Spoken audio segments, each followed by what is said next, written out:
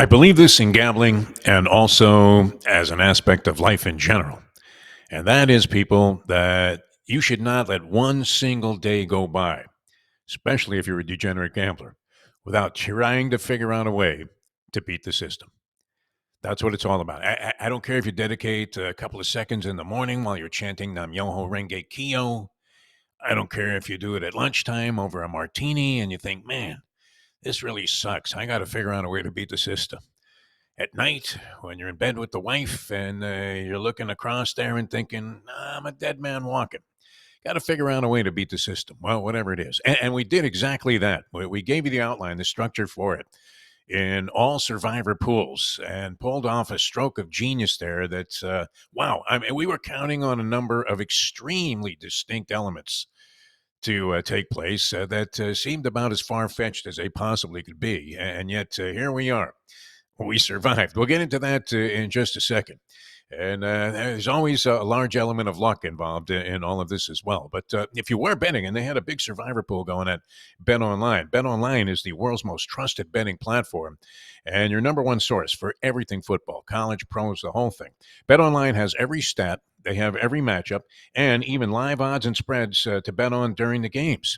So if you thought that somehow Cincinnati was going to come back at the end of the ball game when they got the ball back instead of getting smacked with a 3-and-out, whoosh, you could have put the money down there on Bet Online, or maybe you could have cashed the other way, thinking, yeah, you know what, New England's going to hang on here. Whatever it is, it happens during the games. If you think you know your stuff, you can get in on the $200,000 mega contest. Might be a little late on that. And pick 5 games against the spread, unless you wanted to start out with like an 0-5 week.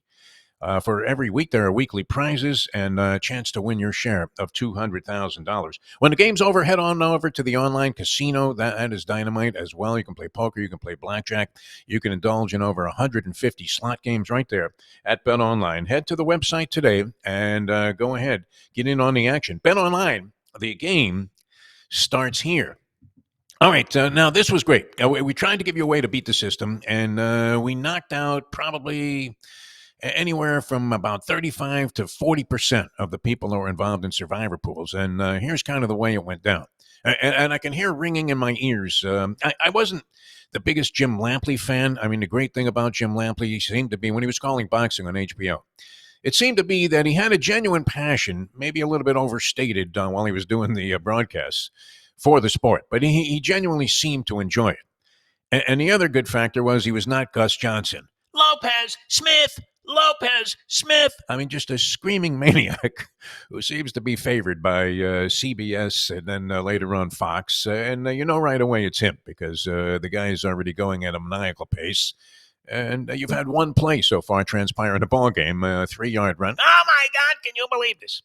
You get the picture. But having called many fights in my life, it was one of the pleasurable things I got to do by being in the business for a long period of time. And I was one of those guys. I was a disciple of the Gillette Fight of the Week.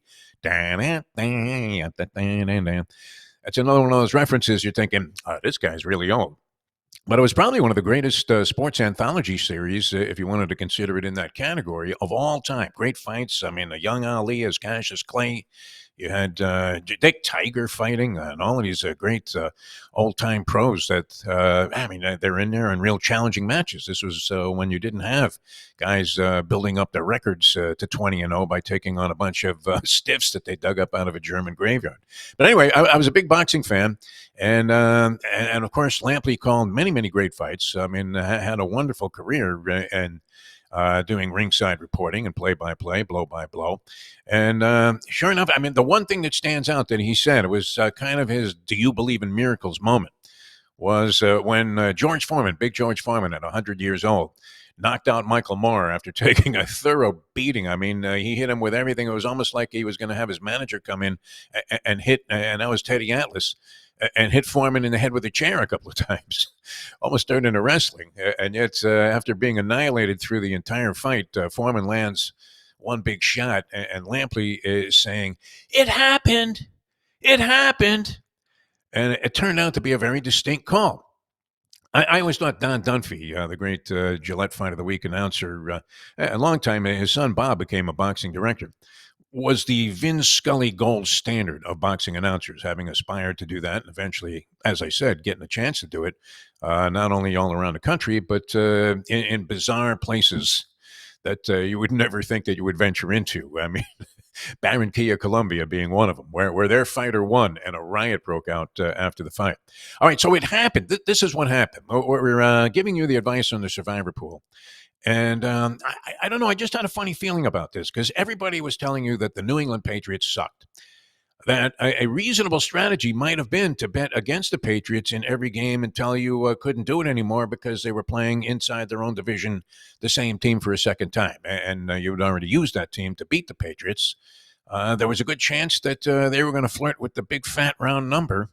I mean, you're going to win some games no matter how bad you are as an NFL team. But it certainly didn't appear that they were in a big spot here. And then you had the Cincinnati Bengals with Joe Burrow coming back to start the season after being out most of last year. The Bengals, you thought, were one of those teams that was on the come. They seemed to be really knocking on the door of winning a Super Bowl championship.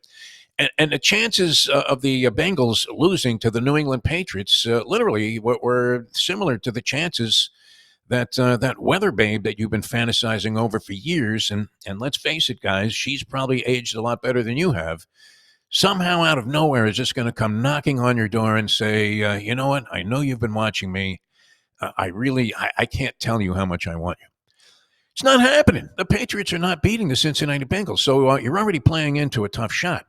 But that being said, in the survivor pool strategy, this has happened before, and I benefited from one of these strategies many years ago. And it probably only happens, maybe once every 10 or 15 years, where the biggest disparity in point spread, the game that people are going to take as a straight up proposition, just to get off the mark there, go Jimmy Valvano, survive and move on. You don't want to be eliminated in week number one. It's particularly embarrassing. Hey, Joe, how you doing in your survivor pool? Yeah, I'm fucked. I'm out after week number one. You know how many people are saying that today?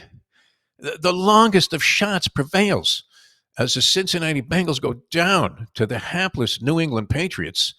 And here are the stats, and they're startling in various survivor pools. One of the big ones is at the Circa, one of the patrons here of NoFilter.net. The Circa has a $1,000 entry. You can enter up to 10 tickets, so anywhere from a dime to 10 dimes. And they had 14,000 entries in their survivor pool to win $14 million winner take all, unless somehow, is it even possible for more than one person to go the distance and never suffer a loss throughout the season? It would seem like an impossibility. Anyway, 14,000 entrants. Of those, 4,895 got knocked out when the Cincinnati Bengals fell to the New England Patriots. So 34% of their entries knocked out. 273,000. I don't know how many entries there were in the ESPN survivor pool. Already gonzo. There was a pool called Cover, 37% out. Yahoo Sports, 43% out.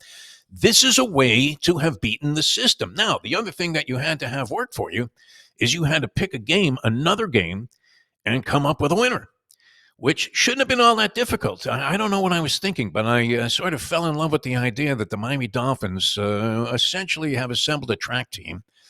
Everybody's happy. They're not bleeding you to death like Jerry Jones, Stephen Ross, the owner of the Dolphins. He's not saying that Dak's on the toilet there putting his jockstrap on after taking a dump, and they hand him the contract, and then they make him the highest paid quarterback and player in the league history at $60 million a year. What the fuck were you waiting on, Jerry? You had to string this guy along like that? The Miami Dolphins don't do that. They're paying everybody. I think they're even still paying Don Shula, even though he's been buried forever. I mean, Stephen Ross could be any more generous. He extends Jalen Waddle. He's already taken care of Tyreek Hill. He gives Jalen Ramsey a huge contract, and then many others. Tua got his money, so he's got a bunch of happy campers there. They're all thinking this guy is the greatest owner in the world. So what happens? I picked the Dolphins. I think they're going to sprint down to the chute here, just like they did last year. And then eventually the league seems to catch up with Mike McDaniel.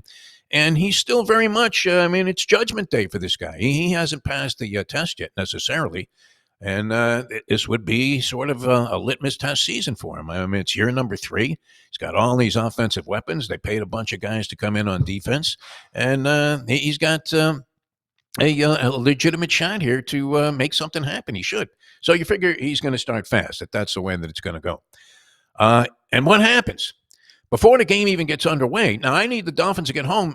We've already got the Bengals, and the Dolphins are still playing, and they both started around the same time. Dolphin game went a little bit longer, and before the game even starts, Tyreek Hill. Without him, I don't think this offense clicks at all. I mean, he is the key component to almost any offense he's a part of. He's lightning fast, and who knows? I mean, would you say checkered is the way to describe his off-field situations? So he's speeding, I guess, through this zone that I've been through many, many times there near the stadium, Hard Rock Stadium. And he gets stopped by the cops. I don't know if he got out of line with these guys. The speculation was, or the assertion was that, well, he started mouthing off. The next thing you know, they're treating this guy like he's George Floyd. I mean, you would have to think that the cops that are positioned by the stadium might be on the lookout and say, hey, you see a guy in like a $2 million car. There's a chance he's a player that he's coming to the game. Well, we're supposed to be supporting these guys. Now, I'm not saying if he was just, brutal with the police and, went out of his way, maybe socked one of these guys that he didn't deserve to be handled a little bit, but this was ridiculous. I mean, you would have thought Derek Chauvin was writing traffic tickets outside Hard Rock Stadium. It was insane. They got this guy, I mean, handcuffed face down on the pavement, which I don't even like walking my dog after 11 o'clock in South Florida where we live and happen to be the hometown of this particular incident. And they got him face down on the pavement. Had to be like 120 degrees. You would have been better off, literally, like the song goes, walking on the sun. So, sure enough, that's the way the thing starts. The Dolphins fall behind by 14, and you're thinking, what an asshole. Everybody should have known that Carolina was going to be brutal again this year. They have a very optimistic new coach, but I don't know. I mean, maybe Bryce Young turns out to be one of the all-time draft blunders. Up there with anybody that's been chosen number one. So, I mean, he's doing nothing, and Carolina gets shellacked by New Orleans. That would have been an easy game. Instead, we're involved with this Dolphin game, and they're down 14 points, and it looks like they're going to be iced as Travis Etienne is cruising into the end zone for what is going to be just a bone-crushing touchdown at the time, and probably enough to win the game for the Jacksonville Jaguars. And he gets stripped of the ball. The Dolphins recover, and on the very next play, they find who? Tyreek Hill for an 80-yard touchdown. So this guy that was like face down on the pavement has to rise above that and then comes out on the field and saves the day for us as the Dolphins prevail. They failed to cover the point spread, so the people that were laying 3 and a hook, they were like the other chalk players in the survivor pool who had the Bengals being carried out of the sports books in body bags. And we end up finding a victory out of nowhere and end up on top. So survivor pool strategy worked. Go against the Bengals, eliminated about 40% of the country in all survivor pools in week number 1, the single most embarrassing thing that can happen to you. And don't just shrug it off and say, well, I'd rather go out now than go down to the wire there and just miss in these winner-take-all situations. No, you feel like an idiot telling people, hey, you know what? I got beat by the Bengals losing to the New England Patriots in week number 1 of the survivor pool. So you're not moving on there. But it was a very interesting circumstance. I really had to sweat to get home with the Miami Dolphins and make the thing pay off. That consolidated the break, as they say in tennis. And now we're on to week number 2 here on Bury Your Bookie. And wow, I mean, eliminating a good portion of the country. Very, very happy that we made that call. And I don't know. I mean, you might have to wait another decade before the team that has the biggest point spread in week number 1 of the NFL season goes down in flames straight up. And you get paid on the money line there with the New England Patriots. A lot of things happened over the weekend, all kinds of strange stuff. I mean, if you're looking at the NFL, we've been talking about this also on the show. And that is, hey, I mean, week number 1, we're learning things because you don't have a preseason anymore of any type. And I'm not sure that you ever could really deduce anything overwhelmingly conclusive about anything that you saw in a preseason, but you did get maybe a little bit of a sense of what teams might have. I know they always talk about, it's probably the most overworked cliche about preseason football. Well, it was very vanilla what we did out there. I want a little chocolate and strawberry if I'm going to watch this shit. How about that? Otherwise, just bag the whole thing altogether, which they may as well have done, because it was impossible to really formulate any definitive impressions over what happened in the preseason. But we do have the good, the bad, and the ugly from week number one. The good, I think you would have to say, I don't know how elated Dak Prescott was to get that contract, but wow. Big ball game against the Browns. You had Tom Brady make his announcing debut. I don't know what you guys thought about that. Didn't overwhelm me either way.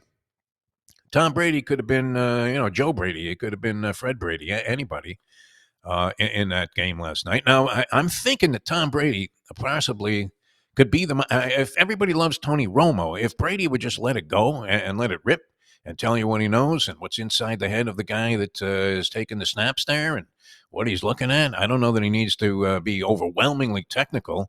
We don't want Mike Mayock to come back. But yeah, I mean, he could be really insightful, and he seems to have the kind of personality that if he would just show it, even though he never did in any of his press conferences, they were as mundane as all of those halftime interviews on Monday Night Football, if you caught him on the radio, where he was being interviewed by Jim Gray, of all people. And Gray would ask him a question. He'd spew out a couple of cliches, and it was like, whoa, I mean, I don't know how much they're paying Tom Brady to do that, but that's some easy-ass money to make. So you're hoping that maybe he goes a little deeper. This was his first game. We'll see. I don't know if it's Judgment Day yet on Tom Brady's performance as a color analyst, but I'm thinking the guy has massive potential, and for the money that Fox is paying him to be there, he probably needs to put that on display sooner than later. Although he could get the Aikman, Paul Free Pasqualoni, where the guy's just so good looking that people just say, hey, you know what? He was a great quarterback. I don't care what he says. People are really down on Chris Collinsworth for some reason. Mostly, hey, look, we're in the business of talking all the time, right? There's no net here. You're either talking or there's dead silence on the air. I don't know that more silence wouldn't be better in a Chris Collinsworth broadcast. I don't think I find him as offensive as some people do. This isn't, like listening to Jay Billis do basketball, where, I mean, the guy just can't help telling you how much more he knows about the game than you do. Not sure that's Chris Collinsworth. I don't know that he says anything of any great depth or detail where you go, wow, I didn't know that. That gives me some real insight into the game. But a lot of people seem to be down on him. So Brady's debut was part of the scene yesterday. I guess, I don't know. What would that be? Is that part of the good or the bad? I mean, the bad, what was really bad, Broncos, Commanders, ugliness coming from those teams. But the real ugly teams were the Giants losing to Minnesota. My God. And the Panthers, how bad could they be? And, of course, the disgrace that we've been harping on throughout the program here. And that was the Bengals losing outright to the New England Patriots, who were supposed to be complete garbage. College football, a lot of interesting plays, and we do have a review of our handicappers that we had on Friday. Mark Lawrence, wow, you talk about suffering a tough beat on your way to 4-0. He gave us two games in the college ranks on Friday's show, Mark Lawrence, and he'll appear in person, I believe, later on this week on the program, if we can get him going. Iowa State was a consensus pick of both the professor and Mark Lawrence, and Boise State, he hits with that, getting 21 points. And then he had the Colts, who were getting 3. They won, or they lost by 2, so he hits that game.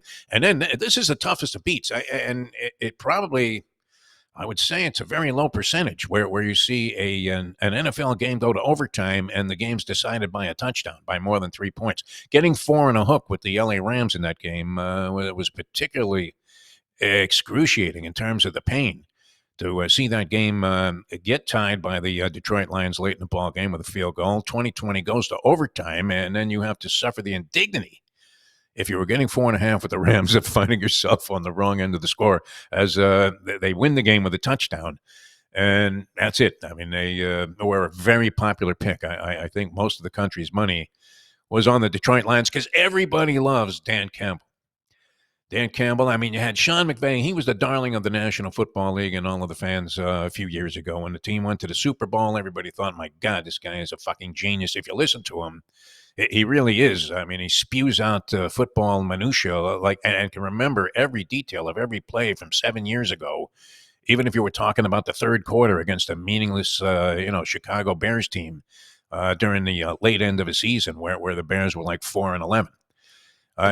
Every detail. What happened on second down in the third quarter? Fantastic. So Sean McVay, a hell of a coach. Dan Campbell, one of those guys that he sort of makes Cro-Magnon Man look like he belongs on the cover of GQ, doesn't he? And everybody loves that about the guy. The red nose, Carl Malden's nose wasn't as bulbous as Dan Campbell's is. And, all that business about biting people and chewing their knees off at the beginning, you thought he was a little weird. Then he sort of became a much more endearing character until he threw those pass plays there. He was about to ice a game so he could go to the Super Bowl and instead spit the bit and ended up on the losing end no matter what, I'm sure by his own admission, he would say serious coaching blunders.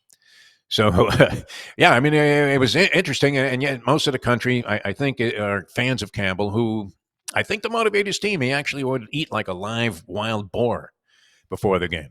He would go Jackie Sherrill, that type of thing. If you remember when he was like castrating cows before the game to motivate these 18-year-olds. No wonder some of them ended up being very fucked up after playing for Jackie Sherrill. All right, and the colleges, wild stuff. The professor on college football on Friday, unfortunately, got touched up with a 1-3 week.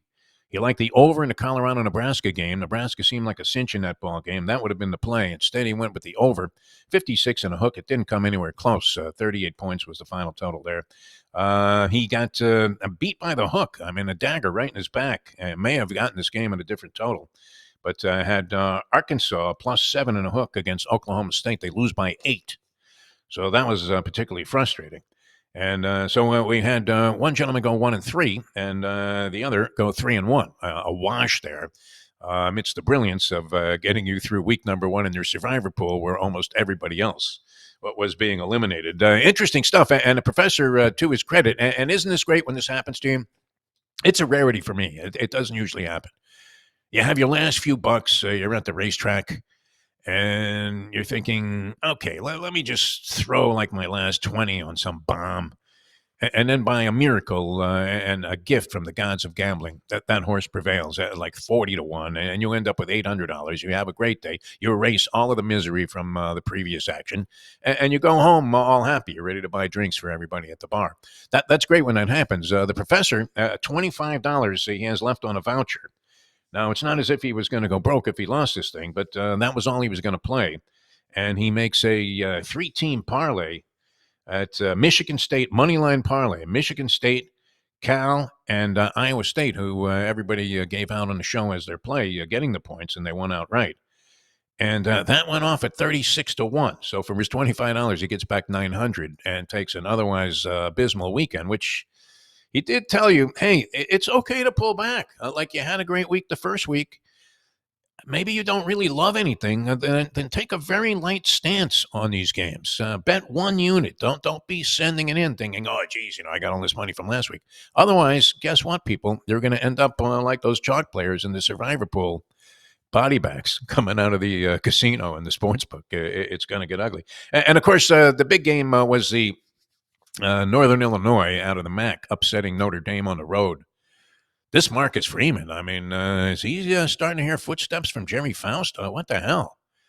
I like this guy. He seems like a kind of coach, with that Newt Rockne spirit that you would want to play for, run through a brick wall for, be a part of the Fighting Irish there, watch Rudy a couple of times before every ball game. But, nothing. Every year, just a tragic, ugly, inexplicable loss, which I don't know how patient, as good of a gentleman and as genuine of a righteous human being as this guy appears to be. I don't know how much tolerance there's going to be for him. So interesting slate all the way around college football. Of course, that was the big news. Northern Illinois with the upset. And we do have a game tonight. I don't know that I have a strong opinion on this game, so just touching on it, I would say this, one basic credo: San Francisco and the New York Jets. Aaron Rodgers, after a year of rehabbing this Achilles heel, he seemed to be in pretty good shape.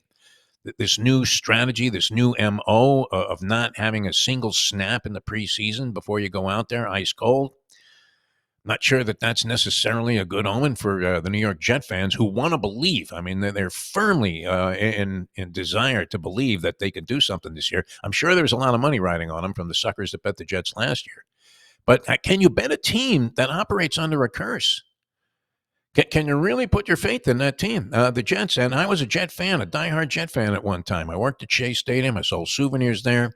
I saw a lot of interesting things. Joe Willie, coming out and winning that 1968 AFC Championship game after he literally rolled into the stadium about 5 minutes to game time.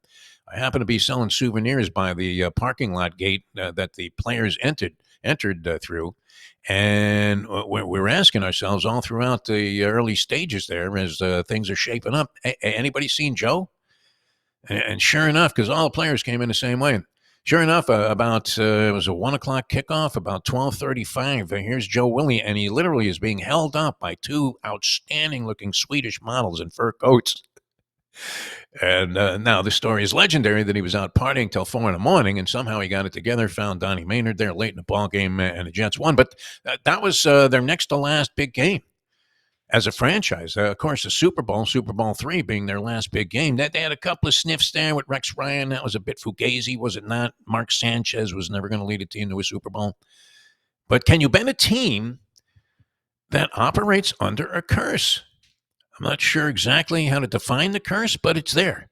If there's a way to have your season get fucked up right away, the New York Jets will find it. If there's a way to blow a very high draft pick, the New York Jets will find it. And really, they've had a couple of quarterbacks there. Ken O'Brien wasn't bad, but they took O'Brien over Dan Marino, for God's sake. Cursed. These are the components. These are the elements. These are some of the symptoms of a team that's cursed. They just always make the big, tragic mistake, an oversight, the likes of which it takes franchises years to recover from. So can you bet the Jets tonight? Do you have the faith in the Jets tonight going against a 49er team who I don't see? I mean, where have they dropped off? They still have McCaffrey. They still have all Kittle and Kittles, and they have just about all of the weapons that they possibly can hand Kyle Shanahan, to make yet another run at the Super Bowl. So are they going to lose at home to the Jets? Probably not. Are they going to beat the Jets by more than 4 points where the line stands right now? I would probably lean yes on that, but we're not going to declare that an official pick because there's always the seemingly, I mean, I would say this is like a 30% chance maybe that Aaron Rodgers just ignites this Jet team who's been struggling in so many categories. They do have a good defense. Offensive line has been a huge question ever since they drafted Mekhi Becton, who's no longer with them anymore. He's a big man. Salah, may be a little bit on the hot seat, although seems to be well liked by everybody in the organization. But have they got enough to go on the road, East Coast to West Coast, and take on the San Francisco 49ers in a Monday Night Football game? Place is going to be raucous, and you're thinking the 49ers overall have better personnel, no? So would you lay the 4 points? I probably would if I was inclined to do so. I think the 49ers will win this game, and it'll be very, very intriguing, as my good friend Al Bernstein used to say, speaking of boxing announcers, very intriguing to see what the Jets look like in week number 1. So we'll sit and watch this one. You guys go ahead and plunge, and if you're going to do it at Bet Online. A lot of fun being with you today. It was great. The Survivor Pool strategy worked, and so we'll have to hope that we can move on, and we'll give you our Survivor pick for next week and see how far we can go. We're probably going to regret not entering that contest with the 14,000 entrants at $1,000 a pop, because that would be a nice haul to take away the 1.4 million that's going to the winner. All right, thanks so much for tuning in. We'll see you next time. For everybody connected with the program, our good friend Henry doing a great job on social media with our hits. And, of course, the lovely Leslie and Joe. Thanks so much to the No Filter people. We'll see you next time on Bury Your Bookie.